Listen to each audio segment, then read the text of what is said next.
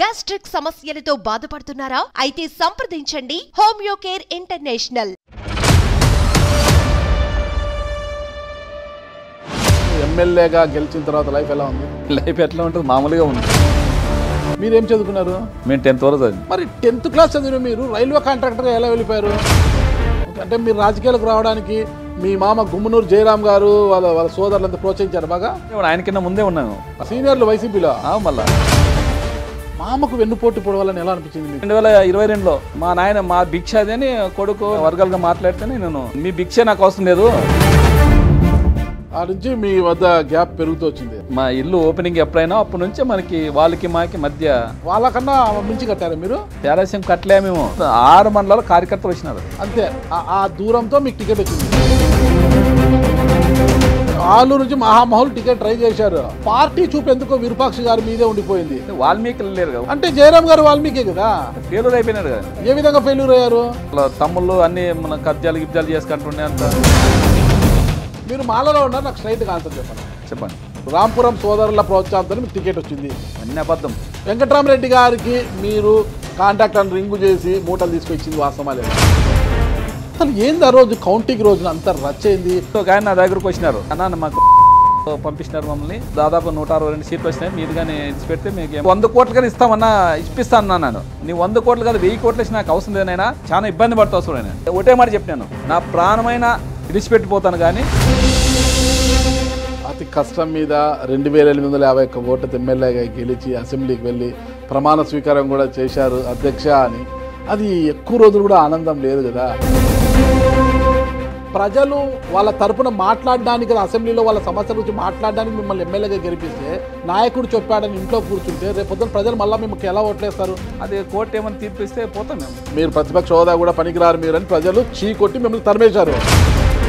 చాలా మంది ఇప్పుడు చూసిన మహారాష్ట్రలోనే కానీ ట్యాంపరింగ్ అంటున్నారు, హర్యానాలో ట్యాంపరింగ్ అంటే మీరు ఓడిపోవాలి కదా. అంటే మా దగ్గర మెజార్టీ ఎక్కువ వచ్చింది కదా. వాళ్ళ ట్యాంపరింగ్ దాటి గెలిచినామని మీ అనుచరుడు, ప్రధాన అనుచరుడు కూర్చోయింటే ముసుగులు వేసుకొని వచ్చి మరి తన మీద దాడి చేసిపోయారు కదా. ఎవరు చేశారంటారు? అది గుమ్మనూరు నారాయణ కదా. 2029లో మీ మామకు టికెట్ వచ్చి మీ మామ మీద గెలుస్తారా? ఎవరని కదా, చంద్రబాబు నాయుడు వచ్చినా మా ఆలూరులో మేమే గెలుస్తాం, వైసీపీ గెలుస్తాం. ఆలూరు ఎమ్మెల్యే విరూపాక్షి గారు, కానీ అనధికార ఎమ్మెల్యే గుమ్మనూరు జయరామ్ గారు అంటున్నారు. మీరు పోయి గాలిమరాలు దాని వాళ్ళ మీద 3 కేంద్రాల మీద దాడులు చేసి విచ్చలవిడి చేసి దౌర్జన్యాలు. మా ఎమ్మెల్యే చెప్తే పిలిచినారు రారా అని ఆఫీస్కి తాళాలు వేసినారు అంతే. టీడీపీ ఇన్ఛార్జిగా ఉన్న వీరభద్రగౌడ్ గారు, ఆయన మీరు చీకటి ఒప్పందాలు ఉన్నాయి, రాత్రి 10 తర్వాత ఇద్దరు నీకు 60 నాకు 40 అన్నట్టుగా. ఆలూరు కాన్స్టిట్యూన్సీ చాలా దరిద్రంగా ఉంది. 3 సార్లు గెలిచాడు కదా, అంత దరిద్రంగా ఉందని ఎలా మాట్లాడారు ఆ పదం మీరు? ఏ మండలానికైనా పోదాం, ఏదైనా ఒక రోడ్డు ఉందని చూపినాయి. అల్లుడు నువ్వు ఆడుంటే ఇట్లా అసెంబ్లీకి వెళ్ళలేవు, తెలుగుదేశం పార్టీలోకి వచ్చేసి హ్యాపీగా నీకు ఒక 20 కోట్ల 30 కోట్ల ఇప్పిస్తాను, నిధులు ఇప్పిస్తాను, బాగా వర్క్ చేసుకుంటూ డెవలప్మెంట్ చేసుకుంటూ అంతా కలిసిమెలిసి ఉంటామంటే కండువా మారుస్తారా లేదా? నా ప్రాణం ఉన్నంత వరకు కండువా మార్చే ప్రసక్తి లేదు. అట్లా వాళ్ళు చాలా మందిని చూసినాను. మీ మామ కూడా గతంలో ఇదే మాట చెప్పాడు. Welcome to Suman TV. నేను మీ నాగరాజ్ బైర్శెట్టిని. ఈరోజు ఈ ప్రోగ్రాం మనకు స్పాన్సర్ చేస్తుంది ఎకో తేజస్ విద్యుత్ వాహనాల సంస్థ. ఇకపోతే ఉమ్మడి కర్నూలు జిల్లా ఆలూరు నియోజకవర్గ ఎమ్మెల్యే బుసినే విరూపాక్షి ఇంటి వద్ద ఉన్నాము. అది ఎక్కడో కాదండి, ఉమ్మడి కర్నూలు జిల్లా ఆలూరు నియోజకవర్గ పరిధిలోని తన సొంత మండలం చిప్పగిరి మండల కేంద్రంలో ఆయన ఇంటి ముందు ఉన్నాము. మామూలుగా ఇప్పుడు ఎమ్మెల్యేలుగా గెలిచినట్టునే ఎమ్మెల్యేలందరూ కూడా పెద్ద పెద్ద సిటీస్లో, కర్నూలు జిల్లా వాళ్ళు అయితే ఎక్కువగా కర్నూలులోను లేదంటే నంద్యాలలోనూ ఎక్కువగా కాపురం ఉంటారనమాట. అంటే గ్రామీణ ప్రాంతాల్లో కాపురం ఉండే ఎమ్మెల్యేలు చాలా అరుదుగా చూస్తుంటాం మనము. అయితే బుసినే విరూపాక్షి గారు ఎమ్మెల్యేగా గెలిచినప్పటికీ కూడా ఇక్కడ తన స్వగ్రామమైన చిప్పగిరిలోనే తన సొంత ఇంట్లోనే ఉంటున్నాడు. గుంతకల్లో కూడా ఆయనకు ఒక ఇల్లు ఉంది. అయినా కూడా ఆయన ఇక్కడే ఫ్యామిలీతో ఇక్కడే ఉంటాడు చిప్పగిరి మండలంలో. అంటే తాను నమ్ముకున్న మండల ప్రజల కోసం కావచ్చు, నియోజకవర్గ ప్రజలకు అందుబాటులో ఉండే విధంగా ఇక్కడే ఉంటాడు. ఒక్కసారి ఇల్లుని చూడొచ్చు మనం అవుట్ చుట్టూ. పక్కా అంటే గ్రామీణ వాతావరణము కొట్టొచ్చినట్టు కనిపిస్తుంది. పచ్చటి చెట్లు, పూల మొక్కలు అవన్నీ కూడా. రైల్వే కాంట్రాక్టర్ బాగా సంపాదించి ఉంటాడు, పెద్ద పెద్ద భవంతుల్లో ఉంటాడు అనుకున్నా. కానీ ఇప్పటికీ కూడా ఒక సాదాసీదా ఇల్లు అనమాట. ముందరంతా కూడా రేకులు, వెనకల మిద్దె ఉంది. ఒకసారి మనం ఇంట్లోకి పోయి చూడొచ్చు. ఇక్కడంతా కూడా ఇది ఎవరైనా చూసి ఇది ఎమ్మెల్యే గారి ఇల్లా అన్నట్టుగా ఉందన్నమాట. ఇక లోపలికి వస్తేనే తులసి చెట్టు చూడండి. ఇది అంత ముందు మిద్దె ఉన్నట్టుంది. ఆయన ఎమ్మెల్యే అయినా కనుకుంటా ఇదంతా కూడా ఎవరైనా తన కోసం వచ్చే కార్యకర్తల కోసం కావచ్చు, ప్రజల కోసం కావచ్చు, కూర్చోవడానికి ఈ రేకుల షెడ్లు ఇవన్నీ వేయించాడు. ఇది హాల్ లాంటిది. ఇది చూడండి, వైఎస్ఆర్ కాంగ్రెస్ పార్టీ చిప్పగిరి శ్రీ బి అంటే బుసినే విరూపాక్షి గారు చిప్పగిరి మండల జడ్పీ అంటే జెడ్పీటీసీగా ఉన్నారు. ఆయన రైల్వే కాంట్రాక్ట్ ఉన్న సమయంలో చిప్పగిరి జెడ్పీటీసీగా ఉన్నారు. జెడ్పీటీసీ టు ఎమ్మెల్యే అయ్యారు. ఏకంగా ఆయన డైరెక్ట్గా ఎమ్మెల్యే అయిపోయారు. జెడ్పీటీసీగా ఉన్నప్పుడు జగన్మోహన్ రెడ్డి గారితో దిగిన ఫోటోలను కూడా మనం చూడొచ్చు. ఇక్కడ కూడా సేమ్ అంతే. విరూపాక్షి గారు జెడ్పీటీసీగా ఉన్నప్పుడు జగన్మోహన్ రెడ్డి, వైఎస్ రాజశేఖర రెడ్డి గారు, విరూపాక్షి గారు ఉన్న ఫోటోలు మనం చూడొచ్చు. చాలా సింపుల్గా, ఎక్కడ హంగు ఆర్భాటాలు లేకుండా చాలా సింపుల్గా ఉంది ఇల్లు. ఇది మెయిన్. మామూలు ఎమ్మెల్యేలు అంటేనే పెద్ద పెద్ద భవంతులు ఉంటారన్నమాట. హంగు ఆర్భాటాలు ఓహో ఆహా అని ఉంటారు కదా, ఏం లేదు, చాలా సింపుల్గా. అతను ఆయన చూస్తేనే, ఇల్లు చూస్తేనే అర్థమవుతుంది బుసినే విరూపాక్షి గారు ఎంత సింపుల్గా ఉంటారు అసలుకి. TV stand. ఇప్పుడు ఎవరైనా ఎమ్మెల్యేలు లేకపోతే ఇంటీరియర్లే కోట్ల రూపాయలు విలువ చేస్తుంటారు. వాళ్ళ ఇంట్లో ఇంటీరియరే అంత ఖరీదుతో ఉంటుంది. సాదా సీదా జీవనం గడుపుతున్న ఎమ్మెల్యేలను మనకు చాలా అరుదుగా కనిపిస్తుంటారు. వాళ్ళల్లో బుసినే విరూపాక్షి గారు కూడా ఒకరు. ఇక్కడ మళ్ళా లోపలికి వస్తే పూజ గది, చిన్న డైనింగ్ హాలు, వంటగది కూడా చూడండి, చాలా సామాన్యంగా ఉంది. కిచెన్ కూడా. ఇది ఒక చిన్న బెడ్రూమ్. ఎంత చూడండి, చిన్న బెడ్రూమ్. ఇంకా సాదా సీదా ఎమ్మెల్యేలు కూడా ఉంటారా అనిపిస్తుంది. రైల్వే కాంట్రాక్టర్గా ఉండి ఇప్పుడు ఎమ్మెల్యే అయ్యారు. ఇంకొకటి కూడా ఒక చిన్న బెడ్రూమ్. ఇది కూడా మామూలుగా చూస్తుంటాం కదా, పల్లెటూరులో వెళ్తే ఎక్కడైనా వెళ్తే ధాన్యం అంతా కూడా బస్తాలు పెట్టింటారు. అట్లా ధాన్యం చూడండి, ధాన్యం కూడా అట్లా మూటలు పెట్టేశారు. ఇక్కడ సింపుల్గా చూడండి, చిన్న బెడ్రూములు 2, ఒక హాలు. చిన్న బెడ్రూములు, ఒక హాలు. చాలా సింపుల్గా సాదా సీదా జీవనం గడుపుతున్నారు ఎమ్మెల్యే బుసినే విరూపాక్షి గారు. ఇది వాళ్ళ తమ్ముడు ఉంటాడు. అంటే ఇదింత పోర్షన్లోనే ఇద్దరు అన్నదమ్ములు, ఇద్దరు ఎంత సర్దుబాటుగా, ఎంత అన్యోన్యంగా ఉన్నారు చూడండి. ఇది ఒక చిన్న ఇల్లు. అన్నదమ్ములు ఇద్దరు కూడా ఎంత సర్దుబాటు చేసుకొని ఎంత అన్యోన్యంగా ఉన్నారు. ఇంత సాదా సీదా జీవనాన్ని గడుపుతున్న ఎమ్మెల్యే బుసినే విరూపాక్షి గారిని ఇప్పుడు ఆయన కాంట్రాక్టరు, తర్వాత జెడ్పీటీసీ, ఎమ్మెల్యేగా గెలిచాక పరిస్థితి ఎలా ఉంది ఏంటి అన్న పూర్తి వివరాలు ఆయనతో మనం ఇప్పుడు ఇంటర్వ్యూ చేయబోతున్నాము. ఆ ఇంటర్వ్యూలో పూర్తి వివరాలు తెలుసుకుంటాం. ప్రస్తుతం ఆయన మాలలో ఉన్నారు. ఆయన నేను అడిగాను కాబట్టి ఆయన నాకు ఇంటర్వ్యూ ఇవ్వడానికి ఒప్పుకున్నారు. ఓకేనా, ఆయన అడిగి పూర్తి వివరాలు తెలుసుకుంటాం. ఓకేనా, ఒక్కసారి వచ్చేయండి ఇంటర్వ్యూ. బాగున్నారు కదా?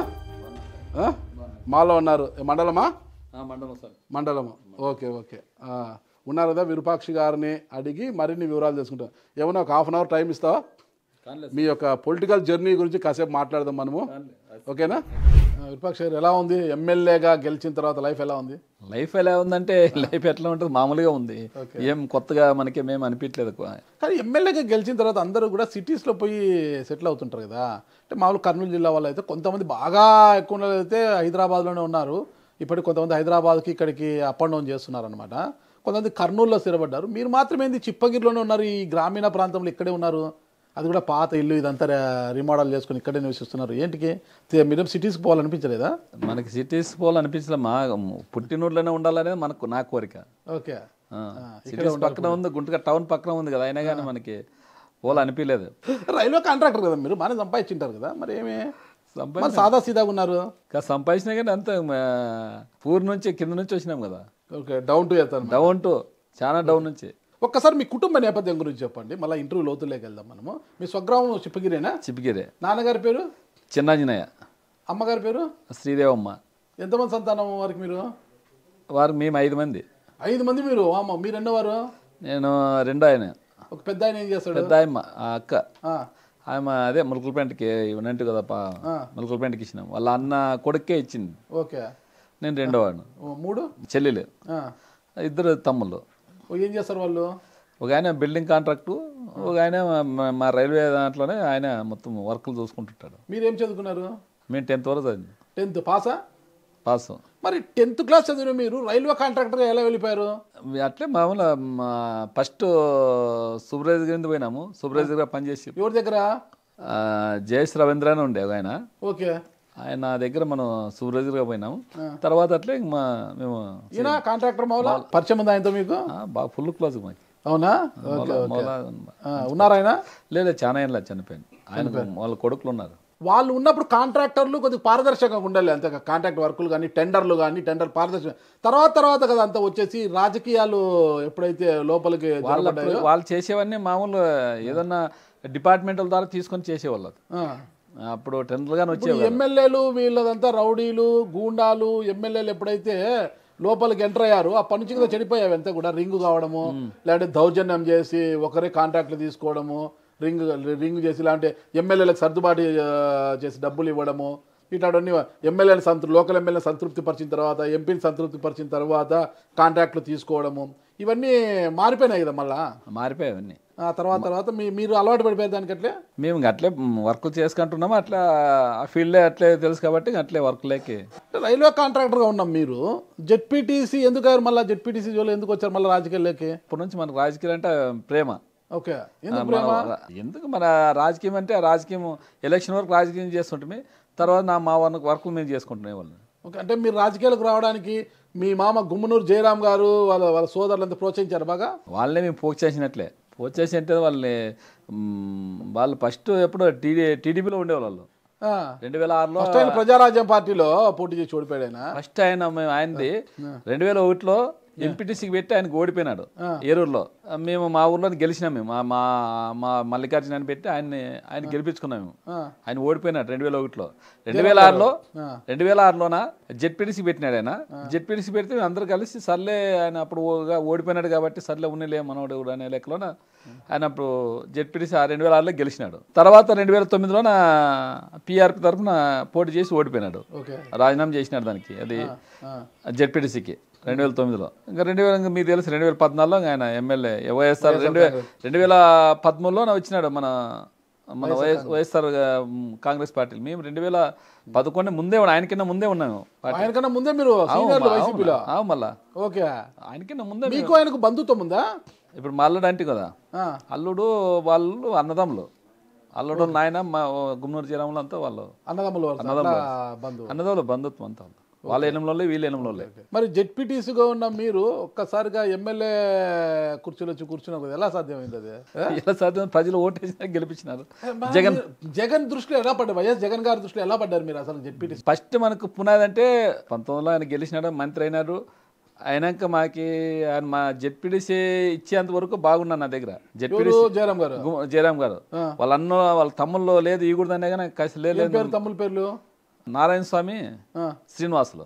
మరి గుమ్మనూరు నారాయణ ఇంకొక ఆయన ఉంటాడు, ఆయన ఎవరు? గుమ్మనూరు నారాయణ వచ్చేసి వాళ్ళ అన్నదమ్ములు కాదు, ఆయన అంటే ఊర్లో ఉన్నారు కదా, వాళ్ళకి వీళ్ళకి ఆయనకి అన్నదమ్ములనే చిన్న పెద్ద పిల్లలు కాదు.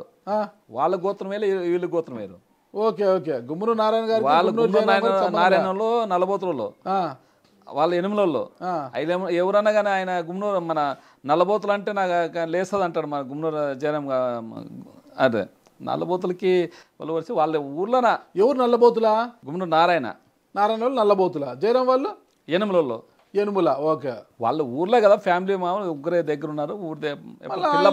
తమ్ముడు ఆయనకి గుత్తి ఇన్ఛార్జ్ ఇచ్చారు, గుత్తి మున్సిపాలిటీ మొత్తం ఇన్ఛార్జ్ ఇచ్చారు, ఆయనే మొత్తం చక్రం తిప్పుతుంటాడు కదా అక్కడంతా కూడా, ఆయనదే హవా కదా అంతా కూడా. గుమ్మనూరు జయరాం గారు తమ్ముడు వాళ్ళు మనకి అవన్నీ తెలియదు మనకి, వాళ్ళ ఫ్యామిలీ మ్యాటర్ మనకి ఎట్లా తెలుస్తుంది?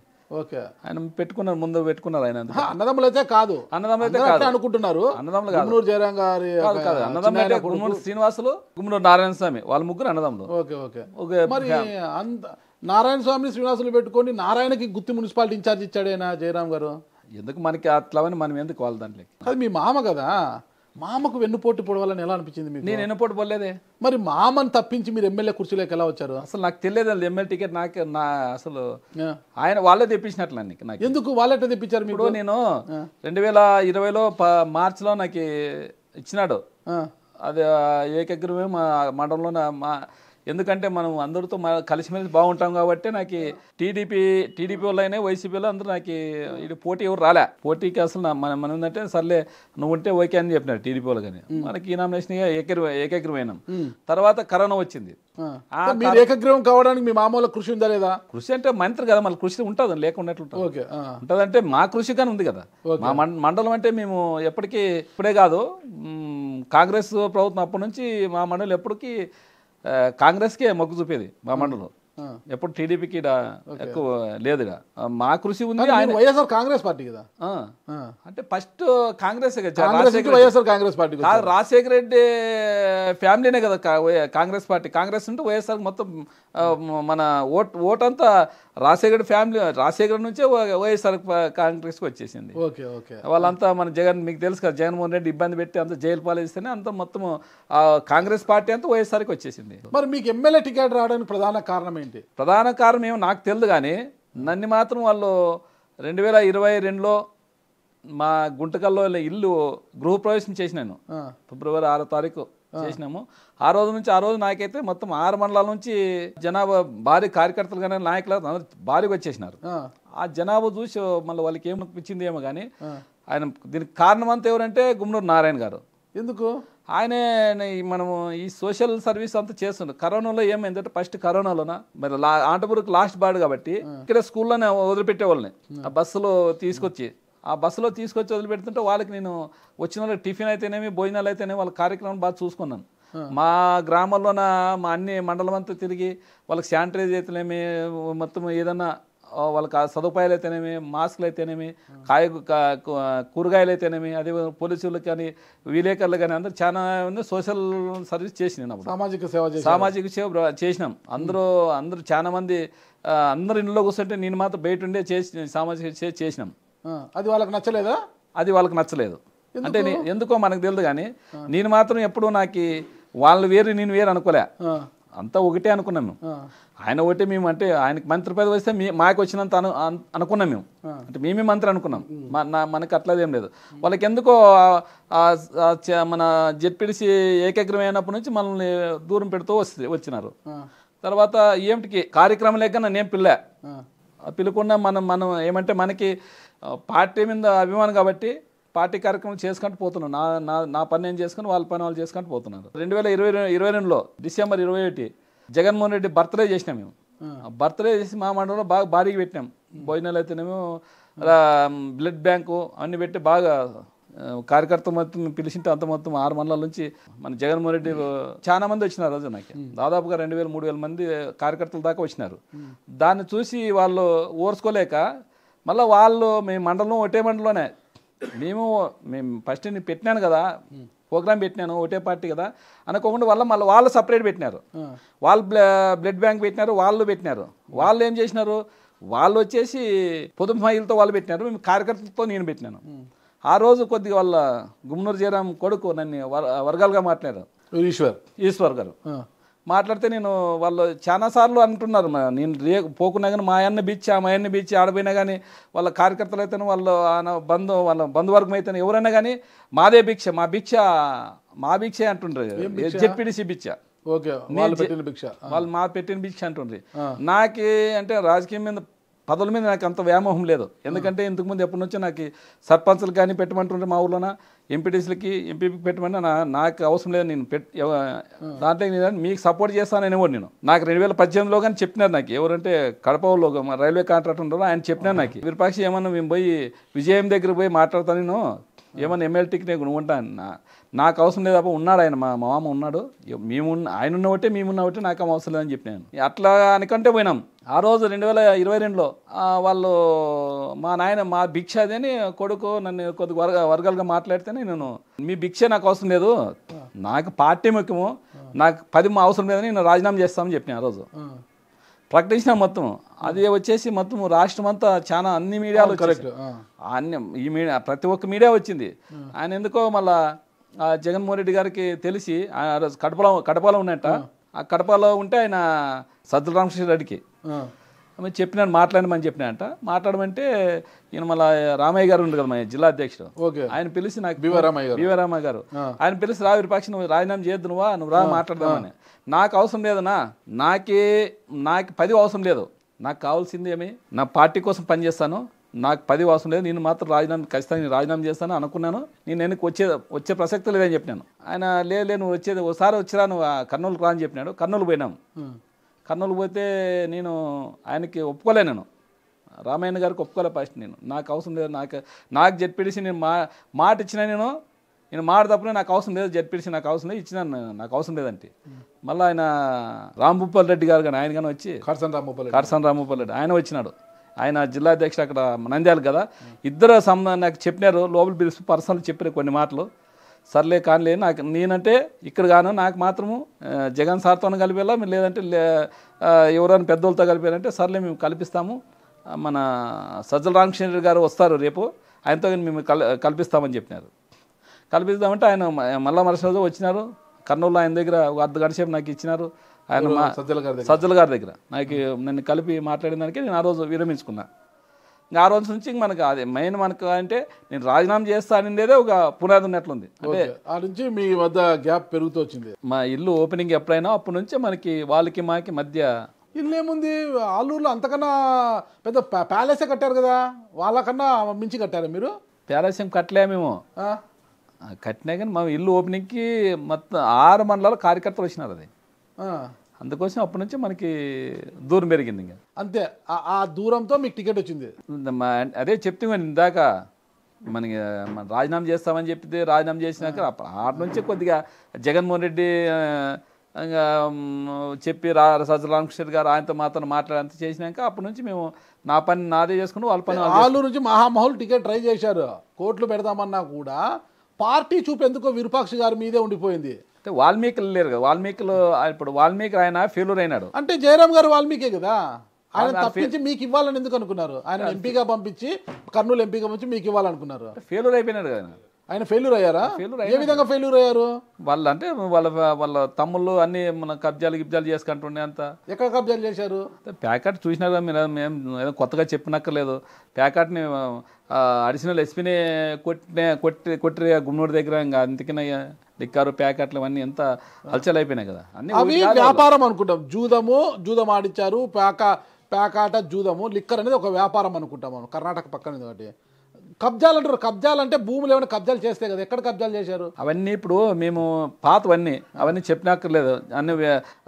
అన్ని ఛానల్లో వచ్చినా, అన్ని టీవీలో చూసినా అంత జనాలు తెలిసింది. వాళ్ళు ఫెయిల్యూర్ అయిన మీకు టికెట్ ఇచ్చారు అంతే కదా. మళ్ళీ మీరు మాలలో ఉన్నారు, నాకు స్ట్రైట్గా ఆన్సర్ చెప్పాలా? చెప్పండి. ఇక్కడ గుమ్మనూరు జయరాం గారు, మామూలుగా బాలనాగిరెడ్డి గారు అంటే మంత్రాల ఎమ్మెల్యే బాలనాగిరెడ్డి గారు, ఆదోని ఎమ్మెల్యే సాయిప్రసాద్ రెడ్డి గారు, గుమ్మనూరు జయరాం, ఈ ముగ్గురు బాగా కలిసిమెలిసి ఉంటారనమాట. చాలా క్లోజ్గా ఉంటారు వీళ్ళు. ఎప్పుడు అసెంబ్లీకి కలిసే వస్తారు, లాడ్జ్లో దిగిన కూడా అందరు పక్క రూమ్లో తీసుకొని అంతా కలిసిమెలిసి ఉంటారు, తినడానికి కానీ పోవడానికి అంతా కలిసి ఉంటారు. అయితే 2019లో వైసీపీ అధికారంలోకి వచ్చిన తర్వాత సాయిప్రసాద్ రెడ్డి గారు మంత్రి పదవి ఆశించారు, బాలనాగిరెడ్డి గారు ఆశించారు. అయితే గతంలో కొన్ని సంఘటనల కారణంగా జగన్మోహన్ రెడ్డి గారు దూరం పెట్టి గుమ్మనూరు జయరాం గారికి బీసీ ఈక్వేషన్ వాల్మీకి కాబట్టి ఆయనకి మంత్రి పదవి ఇచ్చారు. ఆ తర్వాత గుమ్మనూరు జయరాం గారు వాళ్ళని పెద్దగా ఖాతరు చేయకపోవడమో ఇంకోటి వాళ్ళిద్దరికీ గ్యాప్ వస్తుంది. వాళ్ళకి గ్యాప్ రావడంతో రాంపురం సోదరుల చూపు గుమ్మనూరు జయరాంకి చెక్ పెట్టాలంటే విరూపాక్షి సరైనడని వాళ్ళ చూపు మీ పై పడింది, మిమ్మల్ని ప్రోత్సహించాలంటారు. రాంపురం సోదరుల ప్రోత్సాహంతో మీకు టికెట్ వచ్చింది. అవన్నీ అబద్ధం. అసలు వాళ్ళు అంటే మాకి రైల్వే కాంట్రాక్ట్గా వాళ్ళు తెలుసు. వాళ్ళు అంటే ఇప్పుడు కాదు, వాళ్ళు నాకు 97, 98 నుంచి నాకు తెలుసు. వాళ్ళు ఇప్పుడు రైల్వే కాంట్రాక్టర్గా మీరు గుంతకల్ మాజీ ఎమ్మెల్యే వెంకటరామరెడ్డి గారు, సాయిప్రసాద్ రెడ్డి గారి సోదరుడు వెంకటరామరెడ్డి గారు మీరు చాలా సుపరిచితులు, అది అందరికి తెలిసినదే. ఎందుకంటే గుంతకల్ డివిజన్లో కాంట్రాక్టర్లందరినీ కూడా రింగు చేసి ఎమ్మెల్యే వాటా మూట కట్టి తీసుకుపోయి ఇవ్వడంలో కూడా మీరు పెద్ద రింగు మాస్టర్ అనేది అందరికి తెలుసు. అదే అందుకే గుంతకల్ ఆయన ఎమ్మెల్యే ఉన్నంత వరకు ఎమ్మెల్యే నుంచి ఎటువంటి ఒత్తిడి లేకుండా చాలా సాఫీగా సాగిపోయింది అంటారు. అదందరికి తెలిసిన విషయమే, ఒక తెలియని విషయం ఏం కాదు. అదే మనకు అదే పరిచయం, వాళ్ళతో మాకు అనుబంధం అంటే అదే పరిచయం. కానీ పాపం వాళ్ళు ఎప్పుడు మనకి ఎంకరేజ్మెంట్ చేసింది లేదు, జగన్కి చెప్పింది లేదు. అట్లా అనుకుంటే చాలా మందిని జగన్మోహన్ రెడ్డి వాళ్ళు చెప్తే వింటారని మీరు ఎట్లా అనుకుంటారు? అంటే వాళ్ళ ఫ్యామిలీ పెద్దది కదా, ముందు నుంచి కూడా వాళ్ళ నాన్న ఉన్నప్పటి నుంచి రాజశేఖర రెడ్డి గారితో, వాళ్ళ కొనకొల్ల శివరామరెడ్డి గారికి రాజశేఖర రెడ్డి గారితో ఉన్న పరిచయం, తర్వాత జగన్మోహన్ రెడ్డి గారికి. ఎందుకంటే వాళ్ళ 5 మంది అన్నదమ్ముళ్ళు కూడా కలిసికట్టుగా ఉంటారు, పెద్ద ఫ్యామిలీ, రాజకీయంగా పెద్ద ఫ్యామిలీ, అందరూ పంచుకున్నారు, ఊళ్ళు పంచుకున్నారు అనమాట. వాళ్ళు పెద్ద ఫ్యామిలీ కాబట్టి కొంత సఖ్యత ఉంది ఆ ఫ్యామిలీతో బాగుంది. అంటే వాళ్ళ అమ్మగారికి కూడా వైఎస్ గారి ఫ్యామిలీతో బాగా మంచి సంబంధాలు ఉన్నాయి కదా, అట్లా వాళ్ళ మాట చెల్లింది అంటారు. అదేం అబద్ధం. అవి వెంకటరామరెడ్డి గారికి మీరు కాంట్రాక్టర్ రింగు చేసి మూటలు తీసుకొచ్చింది వాస్తవమా లేదా? రింగులో మూటలు తీసుకుపోయేది అవన్నీ మామూలు అవన్నీ బయట చెప్పేవి కదా అవన్నీ. ఇప్పుడు నేను ఒకటే కాదు కాంట్రాక్టర్, చాలా మంది కాంట్రాక్ట్లు ఉన్నారు. ఇప్పుడు ఏదైనా మీరంట కదా రింగ్ మాస్టర్ అట్లా కాదు. కాంట్రాక్ట్లు అంటే ఎవరికైనా 10 రూపాయలు మిగులుతుందంటే ఎవరైనా కానీ పోయి ఇస్తారు. ఇంతకుముందు అయితే బాక్సులు ఉండేవి, టెండర్ బాక్సులు ఉండే. అక్కడ బాక్సులు ఉండి ఇక్కడ లోకల్లో మాత్రమే ఉంటుండే. ఆ లోకల్లోకి అందరూ కలిసి మాట్లాడే పెద్ద మనిషి మాదిరి నువ్వు ఈసారి నువ్వు వేసుకొని నెక్స్ట్ ఇంకోటి ఆయన వేసుకుంటానని చెప్పే విధంగా ఈ తలాకు వర్క్ చేసే విధంగా ఆయన చేస్తున్నాడు. అది రింగ్ అనవద్దు ఏమద్దరు, మనిషికి అందరూ సఖ్యత కలిపి అందరు కలిపి ఐక్యత ఉండి మీరుంటే నువ్వు ఒకటి వేసుకొని మీరు కాంపిటీషన్ ఎందుకు కూర్చున్నారు, రైల్వేకి ఎందుకు ఆదాయం చేస్తారు, మీరేదో తలాకు వర్క్ వేసుకుంటే ప్లస్లో వస్తాయి, మీరు తలాకి చేసుకోండి అనే విధంగా కొత్త తగ్గించి నాకు ఇవ్వండి. అది మామూలు ఇప్పుడు ఏదైనా కొత్తగా కాదు. అది ఎవరు అది ఎవరు ఎమ్మెల్యే ఉంటే వాళ్ళకి ఇవ్వాలండి. ఎవరు ఎమ్మెల్యే ఉంటే ఇవ్వాల. ఇప్పుడు ఆన్లైన్లో వచ్చినా కానీ ఎమ్మెల్యే ఉంటే కానీ వాళ్ళని విడుస్తున్నారు. ఇప్పుడు ఎవరు ఇవ్వట్లేదు. అప్పుడే అన్న అయితే రింగ్ ఏదో కాంప్రమైజ్ చేసి ప్లస్ మంచి ప్లస్లో వచ్చాయి. మా గుంటకల్ డివిజన్ అంటే చాలా టాప్ రేట్ అంటే మా గుంటకల్ డివిజన్ మాత్రమే టాప్ రేట్లు ఉండేవి. ఈ గుంటకల్ డివిజన్ మాత్రం, మిగతా డివిజన్లో ఈ రేట్లు ఎక్కడ లేవు. ఎమ్మెల్యే అనేలాగా ఇప్పుడు మామూలు జెడ్పీటీసీ అంటేనే 50 లక్షలు కోటి రూపాయలు ఖర్చు పెడుతున్నారు. ఎమ్మెల్యే అంటే మినిమం ఇప్పుడు 40-50 కోట్ల మాటే. ఇంకా కోట్లు తప్పితే చేసుకుంటే కోట్లు కాదు, ఈ కోట్లే అనమాట. మీరేమో సాధారణ జెడ్పీటీసీ, మరి ఎమ్మెల్యే స్థాయికి వెళ్ళిపోయారు అంటే అంత ఆర్థిక పరిస్థితి మీకు ఉన్నిందా బలంగా? అంటే ఎంత ఖర్చు పెట్టారు, పార్టీకి ఎంత ఇచ్చారు? అసలుకి 100 కోట్లు అయిందా? పార్టీకి ఎందుకు ఇస్తాము? మామూలు టికెట్ పార్టీ పిలిచి ఇచ్చినప్పుడు నేను ఎందుకు పార్టీకి ఇస్తాను? ఓకే, పిలిచి ఇచ్చినా కూడా పార్టీకి 10 కోట్లు ఇవ్వలేదు, ఒక్క రూపాయి కానీ ఎవరికి లేదు. మీరు ఎంత 50 కోట్లు పెట్టారా? అది ఏ బయట చెప్పేవి కాదు అవి. ఓకే, కోట్లన్నీ ఇప్పుడు గంగలు పోసినట్టే కదా. ఎమ్మెల్యే అయినారు, కోట్లు తిరిగి రావు ఇంటికి. ఏం పవర్ లేదు, ఏం పనులు రావు, ఎవరు వచ్చి 10 రూపాయలు లేరు. గాలి మర్రలోనే మీకు ఉద్యోగాలు ఇవ్వలేదు పిలిచి. ఏం డబ్బులు వస్తాయి? పెట్టిన ఏం రావు, పెట్టిన ఎట్లా వస్తాయి? ఎక్కడి నుంచి వస్తాయి? అంత ఆర్థిక పరిస్థితి ఉన్నిందా మీకు? ఎమ్మెల్యేగా ఆయన పిలిచి ఇచ్చేంత ఉన్నిందా? ఉన్నదానికే పెట్టినాము. ఓకే, ఉన్నదానికే ఆయన టికెట్ ఇచ్చారు, పెట్టారు, గెలిచారు, అంతే కదా. అసలు ఏంది ఆ రోజు కౌంటింగ్ రోజున అంత రచ్చయింది? ఒకానొక సందర్భంలో వీరభద్రగౌడ్ గెలిచేశారని మీరు కూడా సైలెంట్ అయిపోయారనే పరిస్థితి వచ్చింది. మళ్ళా ఉన్నట్టుండి లేదు నేను గెలిచాను, నేను 2000 ఓట్లు మెజార్టీ వచ్చి నేను గెలిచాను, నాకు డిక్లరేషన్ ఫామ్ ఇకపోతే దుంకే టవర్ ఏమో ఎక్కారు మీరు. అసలు అంతా గొడవ కూడా చేశారు కదా రోజు. ఏం జరిగింది? అవన్నీ ఏం ఎక్కలేదు అన్నీ. ఇప్పుడు ఏమైందంటే ఒక ఆయన వచ్చిన మాది 17 రౌండ్ ఏమో నడుస్తుంది, మాది నడుస్తుంది. ఒక ఆయన నా దగ్గరకు వచ్చినారు, ఒక అన్న పంపించినారు మమ్మల్ని, మాకు దాదాపు 162 సీట్లు వచ్చినాయి, మీది కానీ ఇది పెడితే మీకు ఏమన్నా డబ్బులు ఇప్పిస్తాను అన్నాడు. చెప్పి నేను ఇప్పుడైనా నాకు డబ్బులు అవసరం లేదు, నాకు ఎమ్మెల్యే కావాలనే, నాకు మా జగన్మోహన్ రెడ్డి ఇచ్చినట్టు మీకు కావాలి, నేను ఎమ్మెల్యే కావాలనుకున్నాను కానీ నీ డబ్బు నాకు అవసరం లేదన్నాడు. ఆయన ఆ మాటకి అన్న ఎంత అన్నా కానీ 100 కోట్లు కానీ ఇస్తామన్నా ఇప్పిస్తాను అన్నాను. నీ 100 కోట్లు కాదు 1000 కోట్లు ఇచ్చి నాకు అవసరం లేదైనా, నువ్వు వీటి నుంచి పోతే బాగుంటుంది, నాకు అవసరం లేదు. నేనేమి ఇప్పుడు 162 గెలిచినారు కదా మీరు, దాంట్లో మీరు ఇంకేం అధికారం వచ్చింది కదా, మీరు పోయి చేసుకో, నా ఒక్కదాంతో ఏం పని అని చెప్పి అడిగిన నేను. అంటే లేదన్నా చూడు నువ్వు చాలా ఇబ్బంది పడతావు చూడు ఆయన ఇబ్బంది నాకేం కొత్త కాదు, ఈ రోజు ఏమి ఇబ్బంది లేను, నేను నా పుట్టకతోనే ఇబ్బందిలోనే వచ్చినాను, నేను ఎప్పుడు రాయల్ ఫ్యామిలీలో రాలేను, ఆ రాజహంసలో పుట్టాను, ఎప్పుడు ఇబ్బంది లేవు, అదే ఇబ్బంది ఇప్పుడు వచ్చింది, కానీ అట్లా ఇబ్బంది పడితే నేనేమో దానికేమి వెనక నేను ఏమన్నా కనుపో అని చెప్పి నేను వాటికి ఆయనకి చెప్పినాడు. ఆయన వెళ్ళిపోయినాడు. ఇంకా 21 రౌండ్లు అయిపోయినాయి. అయినాక మేము అప్పుడు 3600 మెజార్టీ వచ్చింది. 21 రౌండ్ అయిపోయినాక వాళ్ళు వీరభద్ర గౌడ్ గారు కొడుకు ఇద్దరు లేచిపోయినారు. 21 రౌండ్ అయిపోయినా లేచిపోయినారు. వాళ్ళు ఏమనకూడదు.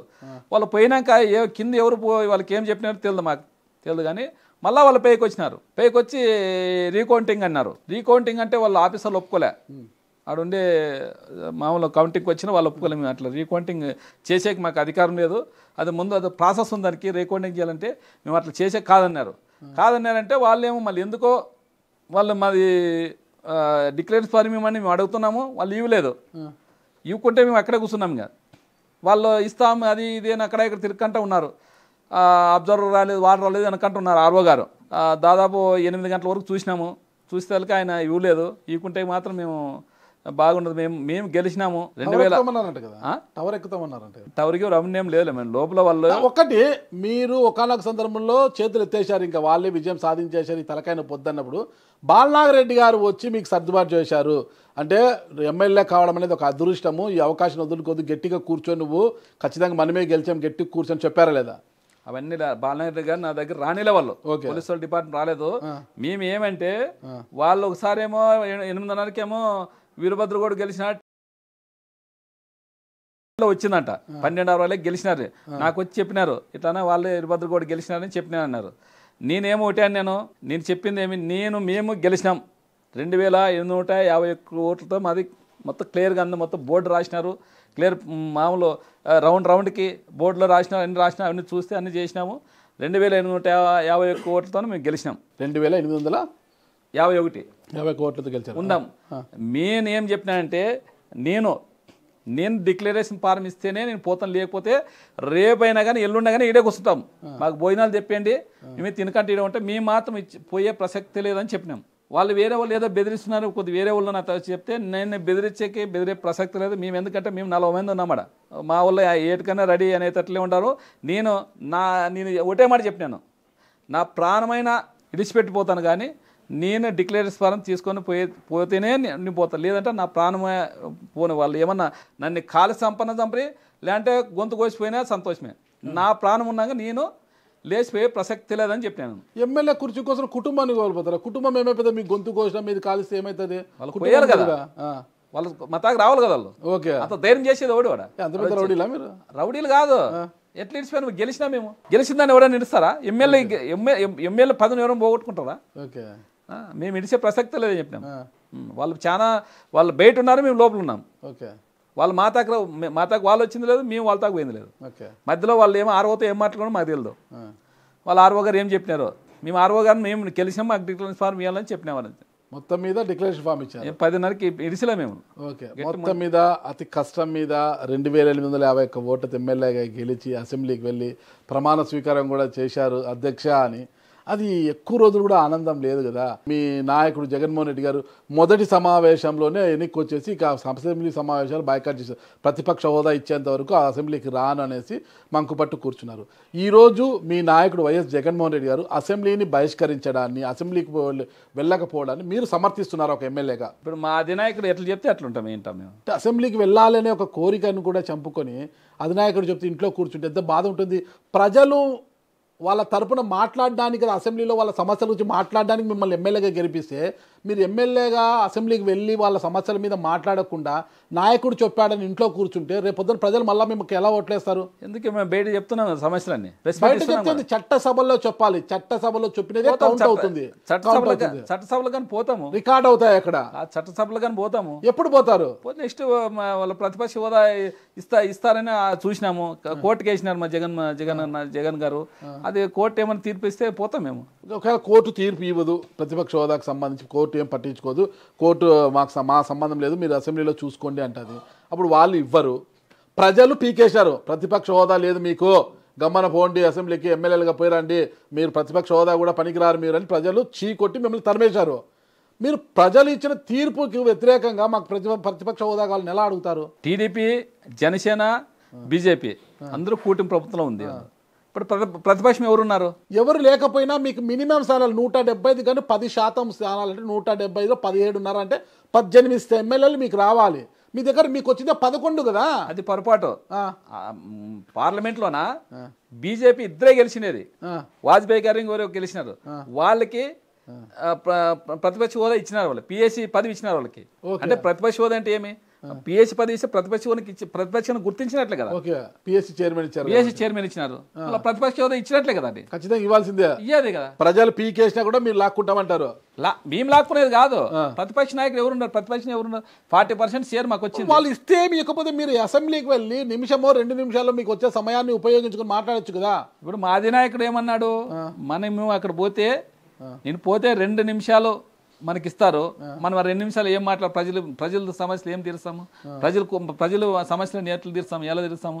మనకి ప్రతిపక్ష హోదా ఇస్తే మా ప్రజలతో పోరాటాలు చేస్తాము, ఏమున్నా మా ప్రజల కోసం మేము అంతా వినిపిస్తామనేది కానీ మా జగన్ అన్నారు. దాని తప్పేముంది, ఇచ్చే వాళ్ళకి ఏముంది, వాళ్ళు పిల్ల ఇవ్వచ్చు కదా, వాళ్ళకి తప్పే. ప్రతిపక్ష హోదాని ఇవ్వరు, మీ నాయకుడిని బుజ్జగించి సార్ మన అసెంబ్లీకి వెళ్తాము, వెళ్ళి 4 మాటలు మాట్లాడతాము, ప్రజలు మనల్ని గెలిపించారు కదా అని ఏమన్నా హితబోధ చేస్తారా మీ బాస్కి? ఇప్పుడు మనం ఆ హితబోధ చేసేంత ఇంత పెద్ద నాయకుడు కాదు నేను, ఫస్ట్ సారి ఎమ్మెల్యే అయినా నేను. ఇంకా పెద్దలు ఉన్నారు, పెద్దలు రామచంద్ర గారు, బొత్స సత్యనారాయణ గారు, అట్లా వాళ్ళు ఉన్నారు, వాళ్ళ వాళ్ళు మాట్లాడతారు. అట్లా పెద్దలు అసెంబ్లీకి పోవడం లేదు, ఓకే సరే, ఇక మీ నాయకుడు ఎప్పుడు తీసుకెళ్తాడో, మీరు మళ్ళీ సమర్థిస్తున్నారో లేదో మాకు అర్థం కాదని 11 మంది ఎమ్మెల్యేలు మాత్రమే గెలిచి ఆ 11 మందిలో మీరు ఒకరు ఉన్నారు కదా, అధినేత దృష్టిలో పడుతుంటారు. ఎలా ఉంది అసలు విరూపాక్ష గారికి?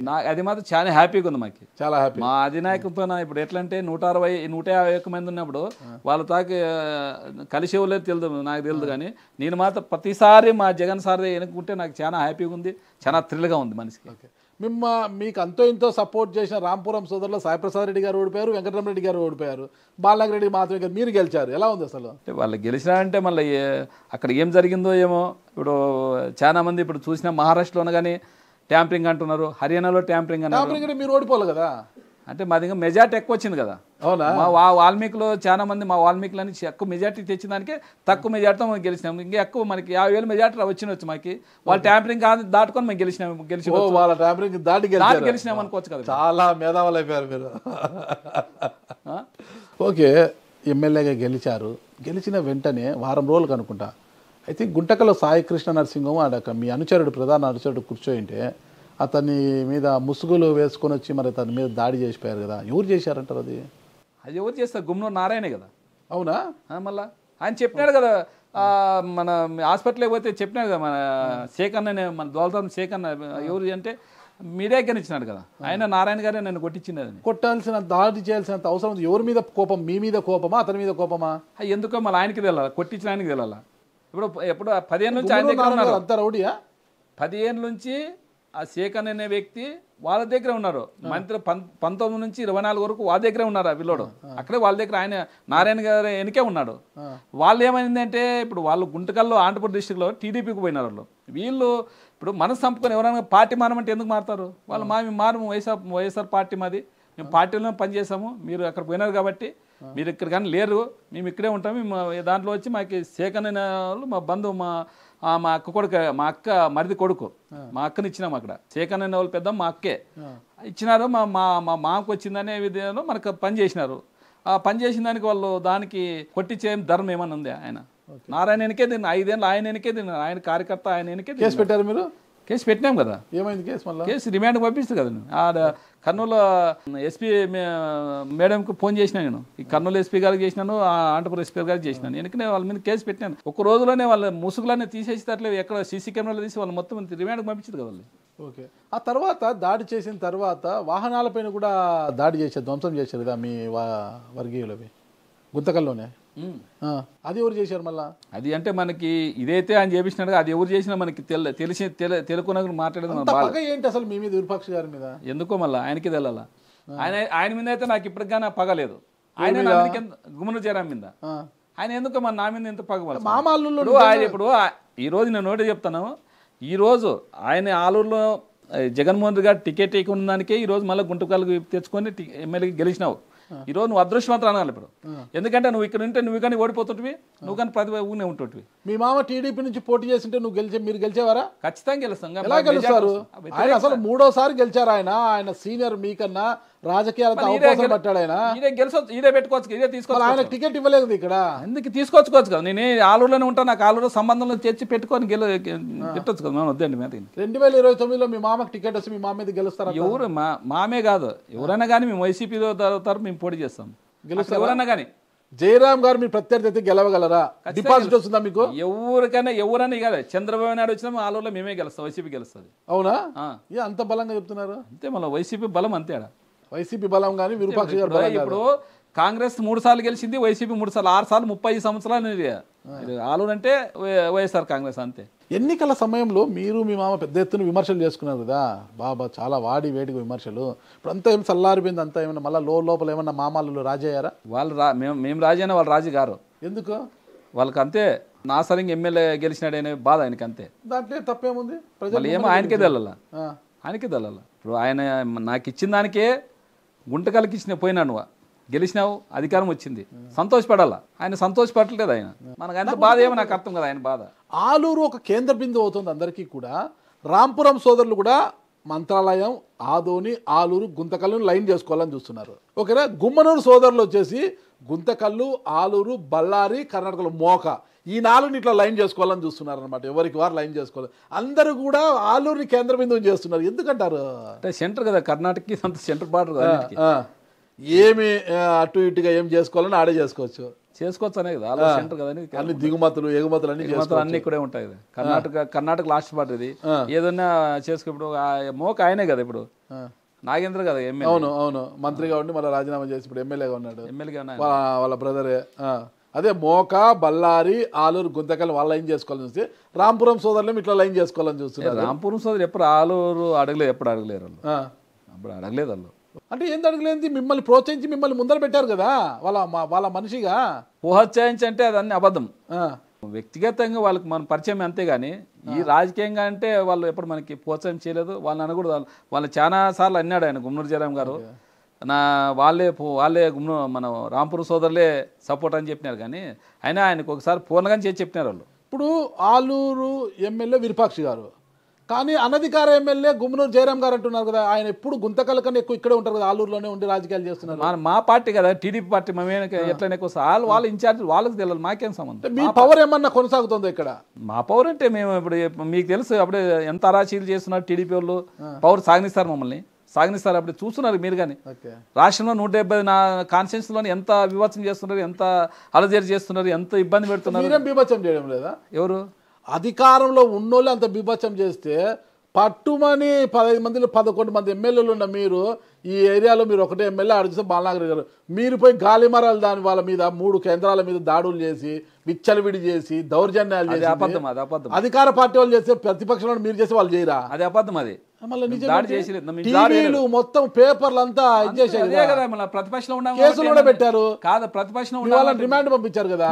మేము చేసింది ఒకటి ఏం చేసినాము, మా వాళ్ళు అక్కడ గాలిమర్లోన కొన్ని ఉద్యోగాలు ఉన్నాయి. నువ్వు ఎమ్మెల్యే కదా, నువ్వు కానీ మాకి కొంతమందికి ఇప్పండి. వాళ్ళకు 20 మంది ఉంటే మాకు 5 మంది కానీ రావాలన్నా అడిగినారు. అడిగితే నేను కానీ వాళ్ళని ఏజెంట్ని ఫోన్ చేసి అడిగినాను, అన్న కొద్ది రాండి మా వాళ్ళని కానీ కొంతమంది చేర్చుకోండి, దాంట్లోకి ఉన్నాయి కదా గాలిమర్లో మనం ఉన్నాయి కదా చేసుకోవడం అని చెప్పినాను. లేదు వాళ్ళు ఏమన్నారంటే లేదు వచ్చే ప్రసక్తి లేదు, మా ఇది ఎవరు కాదు ఈ కంపెనీ, గుమ్మనూరు జయరాం కంపెనీ అన్నారు ఆయన.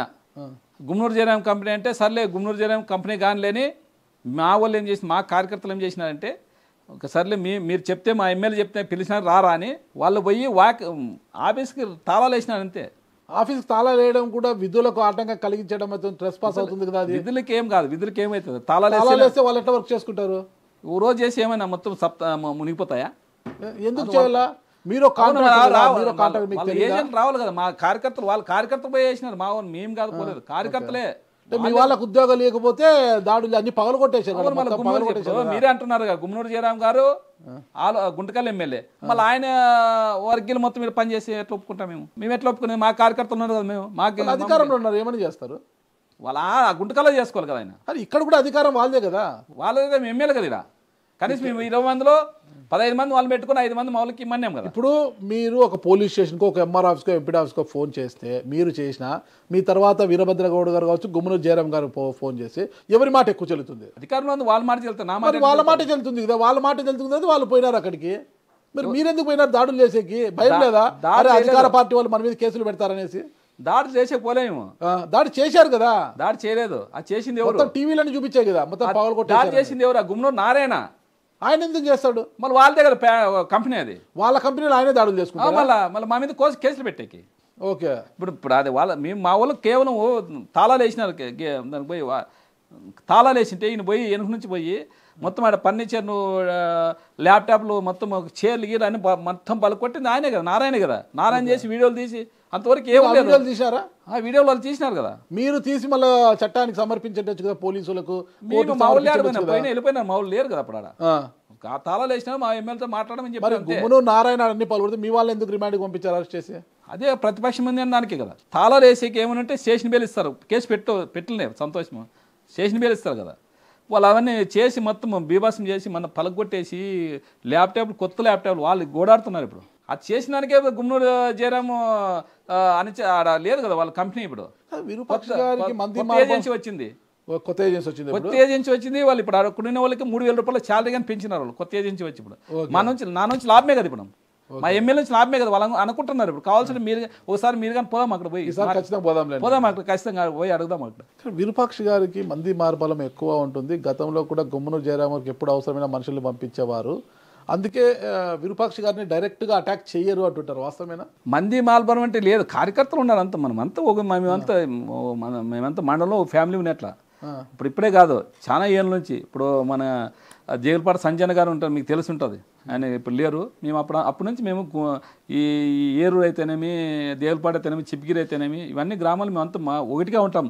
ఈ మొత్తం మండలంలోన ఎప్పుడైనా కానీ ఏదైనా కానీ టీడీపీ వాళ్ళే కానీ మేము ఎప్పుడు గొడవ పడలేదు. మేము ఎప్పుడు బాగా ఫ్యామిలీగా ఉంటాము, అందరూ కలిసి ఏదైనా ఉంటే అంత ఒకటే అయిపోతాం మేము. ఇక్కడ గుమ్మనూరు జయరాం గారు గుంతకల్ నువ్వు ఎమ్మెల్యే గెలిచిన ఆలూరుకు వచ్చి ఆధిపత్యం చెలాయిస్తుండడంతో దాన్ని వీరభద్రగౌడ్ గారు టీడీపీ ఇన్ఛార్జిగా ఉన్న వీరభద్రగౌడ్ గారు కూడా జీర్ణించుకోలేక ఆయన మీరు చీకటి ఒప్పందాలు ఉన్నాయి, రాత్రి 10 తర్వాత ఇద్దరు మాట్లాడుకుంటుంటారు ఫోన్లో, ప్రతి అంశం మీద ఇద్దరు చర్చించుకుంటారు, నీకు 60 నాకు 40 అన్నట్లుగా మాట్లాడుకుంటుంటారన్న విమర్శలు ఉన్నాయి బయట. అవన్నీ అబద్ధం. నేను మాల వేసుకున్నాను, ఏ సమ్మాలు వేసుకున్నాను. ఇంతవరకు మీరు కావాల్సి అడగండి మన వీరభద్రగౌడ్ గారు కానీ, ఒక్కసారి నేను ఫోన్ చేసినామో అడగండి ఆయనకి. ఒక్కసారి ఫోన్ చేసినామో ఆయనే నేను ఏమో ఒప్పందం కుదుర్చుకున్నామో, మీరు కావాల్సి ఆయన అడగండి. మన ఒప్పందం అవసరం లేదు. నేను ఏమన్నా మా ఆలూరు అభివృద్ధి చెందాలనే విధంగా మేము అంటున్నాం. కానీ ఇప్పుడు ఎన్ఆర్జీఎస్ ఫండ్ వచ్చింది, దానికి తీర్మానం వెళ్ళాలంటే మా సర్పంచ్లు మొత్తం మా సర్పంచ్లు ఉన్నారు, మా ఎంపీపీలు ఉన్నారు. మనకి ఎవరైతేనే ఎవరు చేసినా మనకి మీరు తీర్మానాలు ఇవ్వండి. మనకి ఏదైనా ఆలూరు డెవలప్మెంట్ కావాలనేది నా ధ్యేయం. నేను పోయింది కానీ ఎలక్షన్లో ఎన్నికల్లో నేను చెప్పింది కానీ ఒకటే చెప్పినాను, రోడ్లు నీళ్ళు లేపిస్తాను నుంచి. నా జగన్ సార్ కానీ 3 సార్లు నాకు ఇన్ఛార్జ్ ఇచ్చినా 3 సార్లు పోయి కలిసిన 3 సార్లు ఇదే చెప్పినా, సార్ ఆలూరు కాన్స్టిట్యూన్సీ చాలా దరిద్రంగా ఉంది, రోడ్లో అయితేనేమి నీళ్ళు అయితే అస్సలు లేవు, మీరు దయచేసి ఆలూరు మీద మనం గెలిచినాక ఖచ్చితంగా కాన్సన్ట్రేట్ చేసి దాని నిధులు ఇవ్వాలనే అది. 3 సార్లు గెలిచాడు కదా, అంత దరిద్రంగా ఉందని ఎలా మాట్లాడారు ఆ పదం మీరు? నా వెహికల్ వస్తున్నావా, ఏ మండలానికని పోదాం, ఏదైనా ఒక రోడ్డు ఉందని చూపి నాకు. ఆయన మంత్రి గారు 5 ఏళ్ళు మంత్రిగా చేసిన కదా, మేము తీసుకొని పోతాం ఏ మండలానికని. కేర్ ఆఫ్ గుమ్మనూరు జయరాం గారు అంటారు. వాళ్ళు డెవలప్మెంట్ అయినారు అంతే తప్ప వాళ్ళ ఫ్యామిలీ వాళ్ళ అన్నదమ్ములు డెవలప్మెంట్ అయినారు కానీ వాళ్ళు ఎవరు డెవలప్మెంట్ చేసిందే ఎవరు చేయలేదు.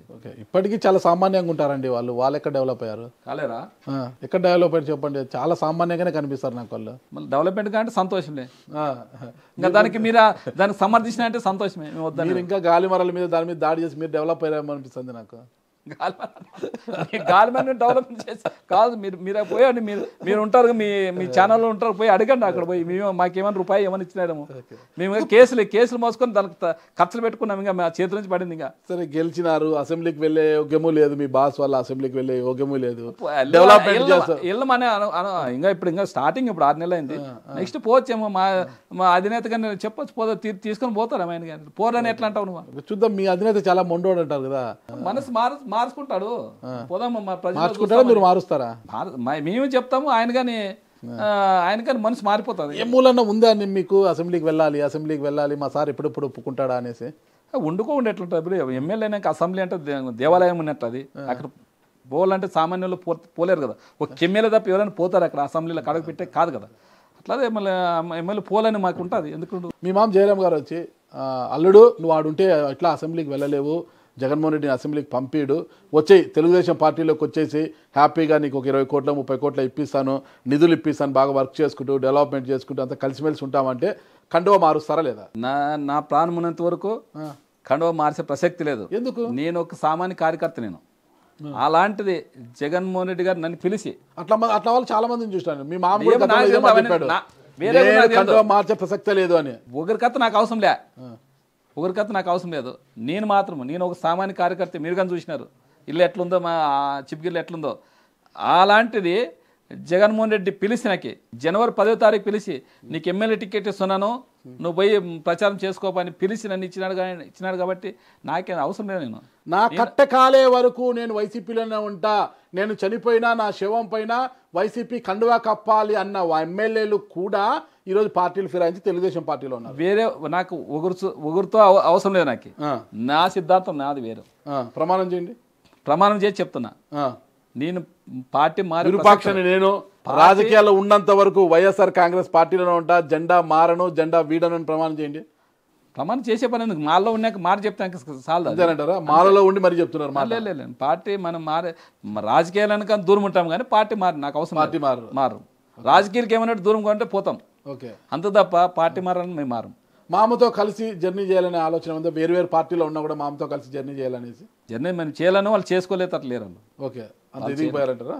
ఓకే, నన్ను గెలిపిస్తే ఆలూరును డెవలప్ చేస్తానని హామీ ఇచ్చారు ఎన్నికల్లో.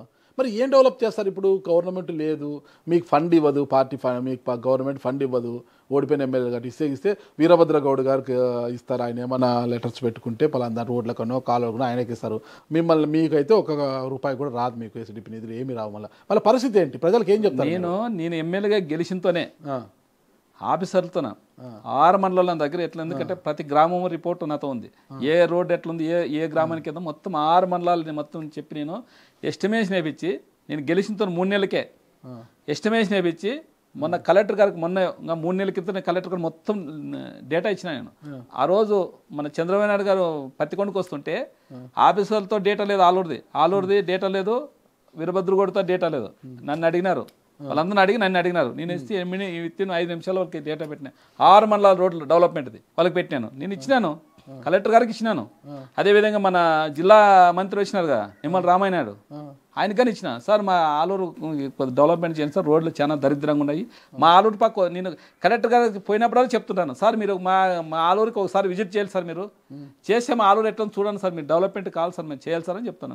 అంటే నాకేమి, నేను గెలిచినాను కాబట్టి ఎవరు చేసినా ఒకటే డెవలప్మెంట్, మా ఆలూరు డెవలప్మెంట్ కావాలని చెప్తాను. నేను మొత్తం ఇచ్చిన డేటా. మొన్ననే హెబ్డం నుంచి కురుకుందికి ఆ ఊర్లో ఆ గ్రామంలోనైతే నేను అన్ని గ్రామంలో తిరిగినారు కదా, ప్రతి గ్రామంలో పోతే వాళ్ళు అసలు ఏడ్చేదోటి తక్కువ ఆ గ్రామస్తులు.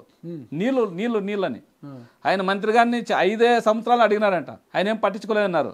నేను పోయినా అదే మొన్ననే ఐఏబీ మీటింగ్లోన కలెక్టర్ గారికి, సార్ ఇది ఒక్కటి ఎస్టిమేషన్ వేయించి 30 లక్షలు పైప్ లైన్ వస్తుంది, ఎస్టిమేషన్ వేయించి కలెక్టర్ గారికి ఇచ్చిన. నేను సార్ దయచేసి ఇది ఒక్కటి చేయండి సార్, చాలా గ్రామంలో నీటి కొరత చాలా ఉందని చెప్పిన.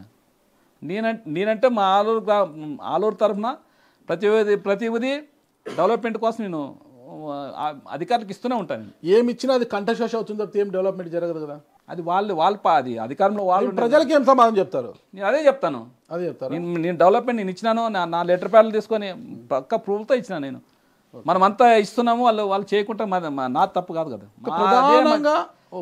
మా జగన్మోహన్ రెడ్డి మా అధికారం పార్టీలో వచ్చింటే మేము స్వయాన పోయి సీఎం దగ్గర పోయి కూర్చొని తీసుకొని వస్తుంటే నిధులను. సరే, డెవలప్మెంట్ విషయం పక్కన పెడితే మీ నియోజకవర్గంలో ప్రధానంగా ఇప్పుడు ఒక సమస్య ఉంది, యురేనియం.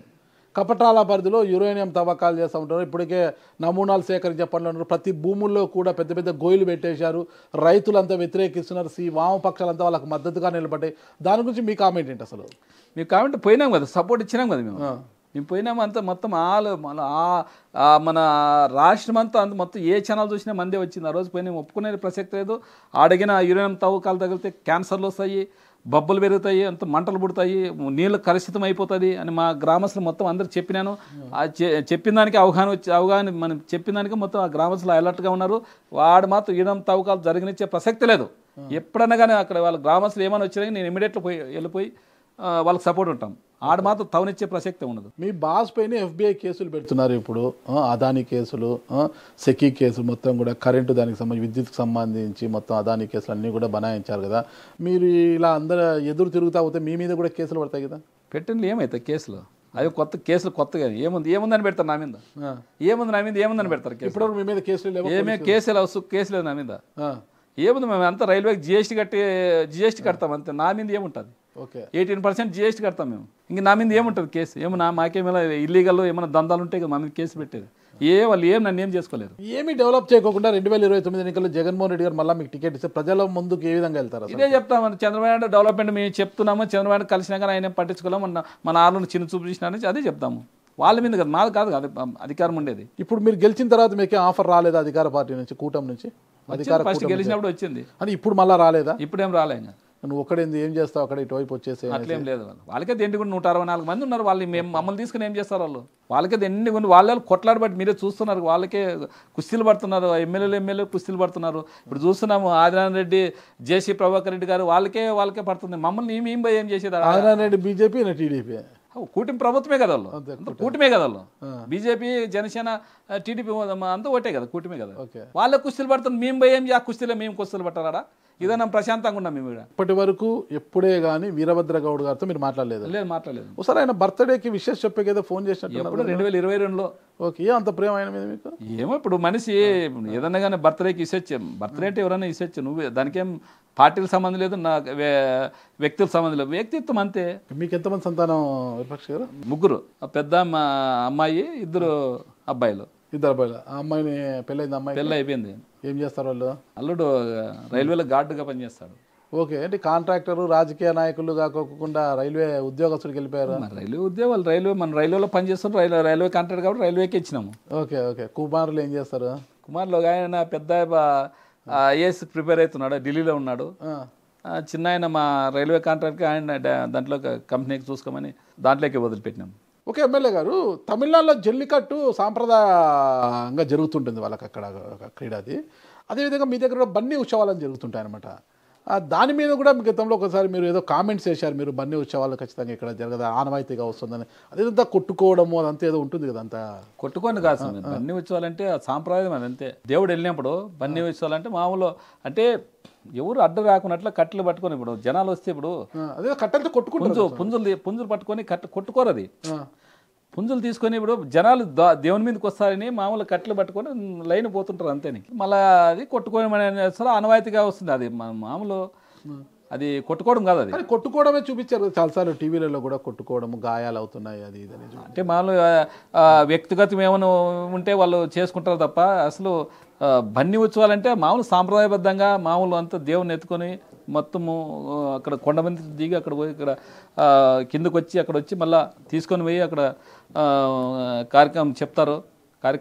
అక్కడ ఏమో పంటలు ఎట్లా అప్పటి నుంచి సాంప్రదాయబద్ధంగా వస్తుంది, అందుకని అప్పటి నుంచి అదే వస్తుంది. కానీ అది కొట్టుకోవడం కాదు, అది సాంప్రదాయబద్ధంగా జరిగేది. గతంలో కపట్రాల వెంకటనాయుడు కుమార్తె బుజ్జమ్మ గారిని వైసీపీలో టికెట్ ఇస్తామని ఇక్కడ తీసుకొచ్చారు. ఎవరు? రామసుబ్బారెడ్డి గారు ఆమెకు టికెట్ మీకే అమ్మాయి సారి బీసీకి వెళ్ళాలనుకున్నాం, వాల్మీకి సమాజం కింద మీకు టికెట్ ఇస్తామని ఆమెను పార్టీలో తీసుకొస్తే ఏదో చిన్న చిన్న కారణాల వల్ల ఆమెను పక్కన టికెట్ మీకే అన్నారు. తిరిగి ఆమె టీడీపీ సొంత గుట్టికి వెళ్ళిపోయింది, టీడీపీలోకి వెళ్ళినా కూడా ఎన్నికల సమయంలో లోపాయకర పద్ధతిలో మీకు సపోర్ట్ చేసింది బాగానే బుజ్జమ్మ గారు అంటారు. అసలు సపోర్ట్ మాకేం సపోర్ట్ చేయలేదు, బాగా గట్టి తిరిగింది పార్టీ పరంగా. మొత్తం అన్ని గ్రామాలు, మండలం అని తిరిగింది కదా టీడీపీకి ఓట్లేయండి అని. ఆమె ఎప్పుడు మాకేం సపోర్ట్ చేయలేదు. బన్నీ ఉత్సవాలు మీరు సమర్థిస్తారు?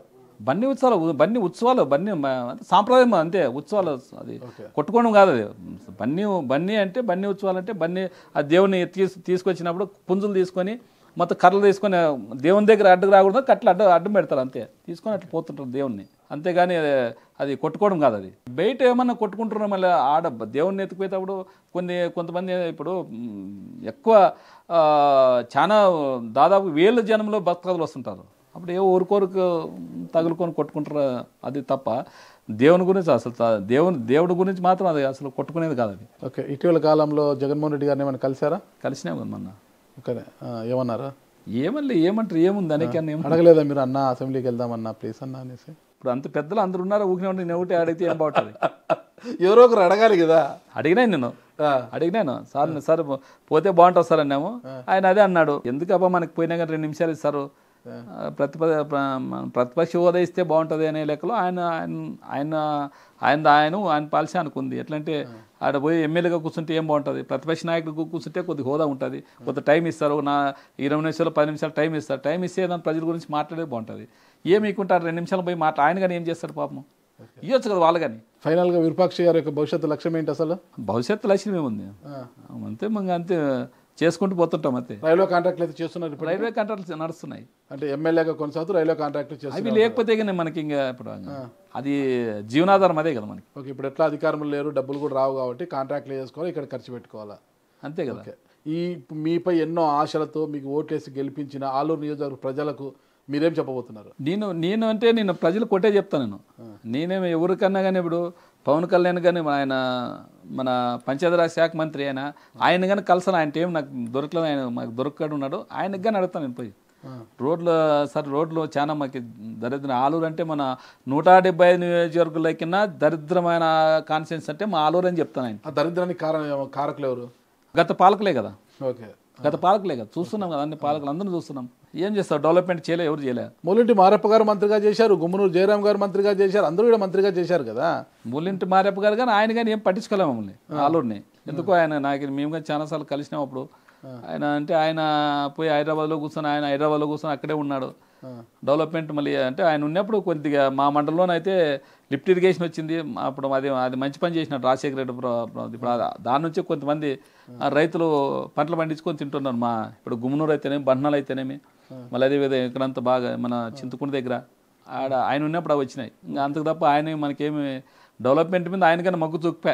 భవిష్యత్తులో మీ పార్టీ అధికారంలోకి వస్తే అభివృద్ధి అంటే ఇది అని చేసి చూపిస్తారా? ఖచ్చితంగా. నేను మొన్నగానే పోయి ఎలాంటి అభివృద్ధి చేయాలని చూస్తున్నారు మీరు చెప్పండి. మీ మనసులో అభివృద్ధి అంటే ఏం లేదు, మాకు రోడ్లు, తాగినాటి నీళ్లు, రోడ్లు ఇస్తే మాది అదే అభివృద్ధి మా కాన్షియన్స్ లో.